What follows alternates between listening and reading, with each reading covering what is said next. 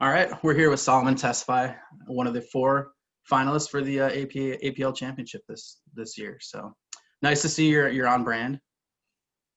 Yeah. I mean, but first of all, I just want to say that springing these interviews on us was not very kosher. Then you start throwing out potential fines if we don't show up and point deductions. So I'm here, and since I'm going to do this, I might as well promote my sponsor, Miller Lite, the best tasting light beer in America. Nice. So I'm look back through your draft. Your team is mostly fueled by the studs you grabbed in the first 6 rounds. So you got Dalvin in the first, you got Russ in the fourth, DK in the fifth, Diggs in the sixth. So describe your plan going into the draft. Did you get the guys you wanted? Yeah, I mean, listen, a lot of that is proprietary information. I'm not going to share what we do with our advanced analytics. We do have our models. We knew what Josh Allen was going to do. We knew what regressions we were looking at for Kirk Cousins and what that meant for Dalvin, but that's neither here nor there. What you see in my team, dogs, right? I look at those guys and I know what they're bringing. And that's what it's about. You know what I mean? Is do you have killers on your team? I look at these other semifinalists, they ain't got killers. We got killers, right? And the evidence is there, right? I mean, number 2 ranked quarterback, points-wise. Number 1 combo duo, points running backs. Number 1 duo for wide receivers. That's a balanced breakfast. Who's hungry? Everybody. They don't want to eat that. They ain't ready for that. So what led you to buy into the passing offenses for Seattle and Buffalo? A couple of things. Seattle, it's pretty simple. I think that you'd be an idiot not to let Russ do his thing each and every time. He's the best player on that team far and away. Their offensive line is trash. Their receiver's a stud. So why overthink it, right? And I think what you're seeing a little bit with Russ right now is that his coach is overthinking this shit, right? Let him cook. Give him the ball. Let him go make plays. You know your defense is trash, so you might as well try to outscore people. But that's honestly what's been successful for Russ and that team most of the year. They've slid a little bit, but they got to clean that shit up soon. So walk us through the Gronk pick in the second round. It's easily the most controversial pick of the draft. Some would say the worst pick of the draft. What were you thinking there? Who the hell are these people? I would say almost everybody. Everybody else in the league. Interesting. Maybe Kevin specifically. Not to call anybody out, but yeah. Shit. Anyway. So first of all, I was told that question would not come up today, but whatever. I mean, sorry. That's what my people told me. Look, sometimes when you are as aggressive as I am with the drafting, with the developing of a team, you want to take some chances on people based on what you see in them or what they've done. That's what we did with Gronk. We took a chance. And I mean, listen, you talk like he ain't shit. I mean, he ain't Kevin. I mean, this guy's actually, he's top 7, point producer for tight ends. Not terrible. It's, towards the bottom end of our starters, but it is what it is. Yeah. He's not trash is my point. And, it hasn't worked out. I probably, like Bruce Arians, overestimated how quickly they'd figure it out. And I thought him and Brady were gonna make it happen pretty quickly, and it's been a challenge. He looks older, a little bit slower, but he'll give you those games. And I'm telling people, if you sleep on him, he'll bust your ass for 150 before you know it. Nice. That's got to happen in the next few weeks. But so of the 11 selections you made after the 7th round, only 2 are still on your roster. That's Fred Warner and Demario Davis. Are the picks after the 7th round pretty much just luck? It's funny you say that. I've been arguing with some folks in my advanced analytics. Here's what I'll say. We don't, every team preaches something different, every owner. We don't preach patience, right? You either show it or you don't. And I'm just not here to babysit people or carry on ain't shit people, right? I give you a chance. If you don't prove it, you're gone. And other people are a little more patient. I'm just not that way, right? We recycle players through to get the most optimal team out there each and every time. That's it. Fair enough. So you come into the postseason with an 11-2 record, second highest points in the league. Talk about the confidence you have in this squad. I mean, listen, not going to lie. War Daddy doesn't feel as good as he felt, when we were cranking away at 8-0 and dominating fools. Some chemistry issues, right? We know that. We can see it in our team. Folks are demanding the ball and not getting it. Russ in particular, Nuke in particular. I mean, these guys are elite players. And so we got to figure it out. Now, what we know is at any point, we can go back to that 8-0 level, and nobody wants that smoke. If we get to that level, nobody wants that. So we just got to figure it out. We've been getting together this week, you know what I mean? Some team building exercises.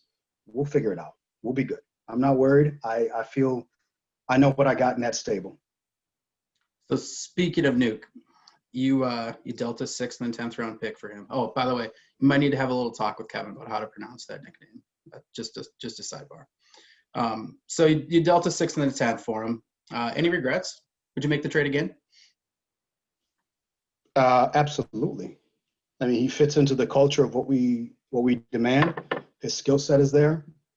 Listen, when you've proven what he's proven, couple tough weeks because your quarterback has got one arm shouldn't be the end of it, right? I mean, the reality is find a way to get that ball in that man's hands. He's a monster. And, people can throw out cornerbacks that he's got to face in the next couple weeks. That's disrespectful to that man. That dude is still the best receiver in football, and he'll figure it out. He's got Slay, Sherman, Jalen Ramsey the next 3 weeks. It's crunch time.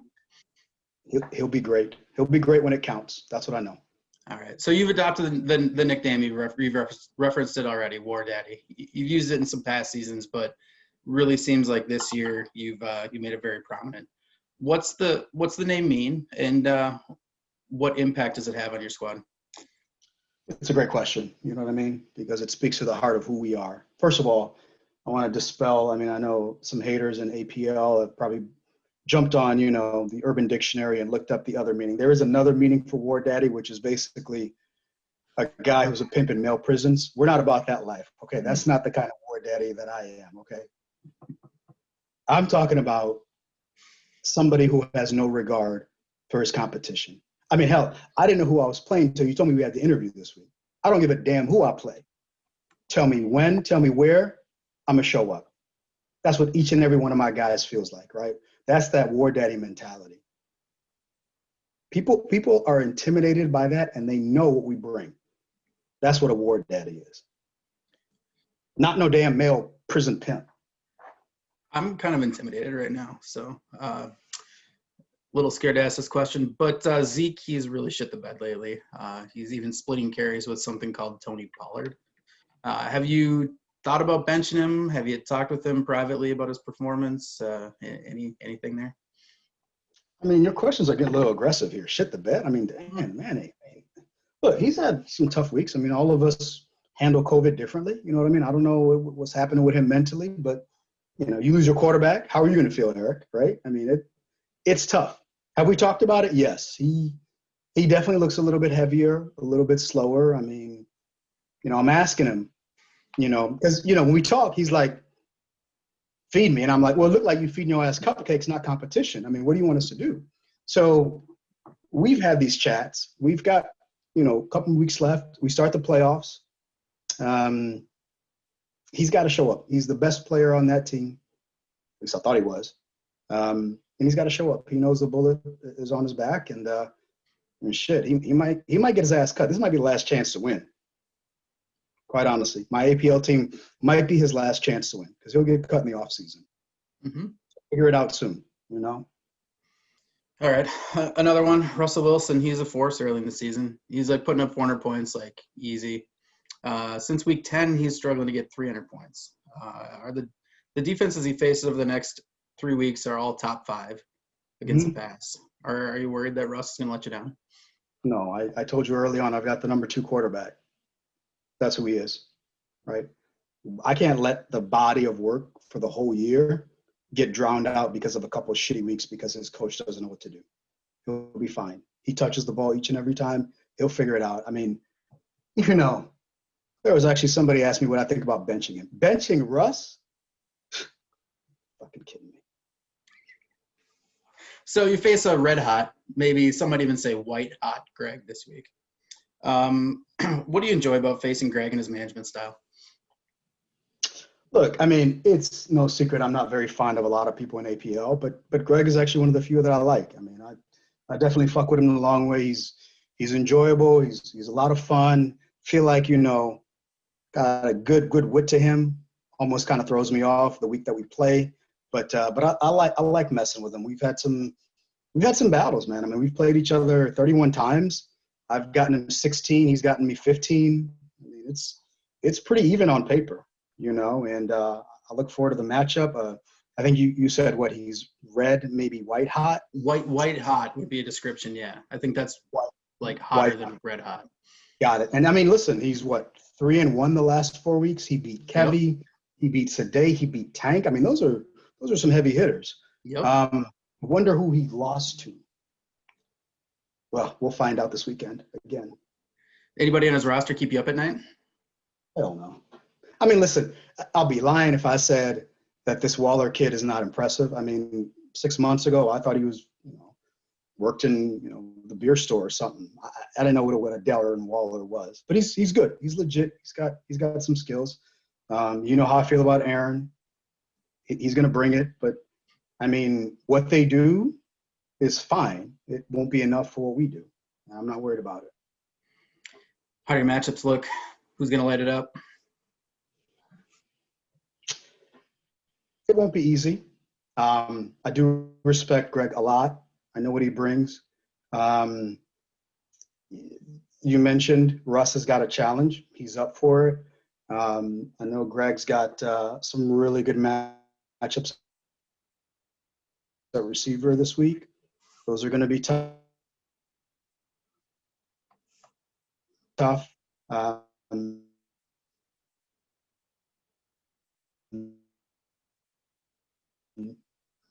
I'll say this on tomorrow. So my feeling is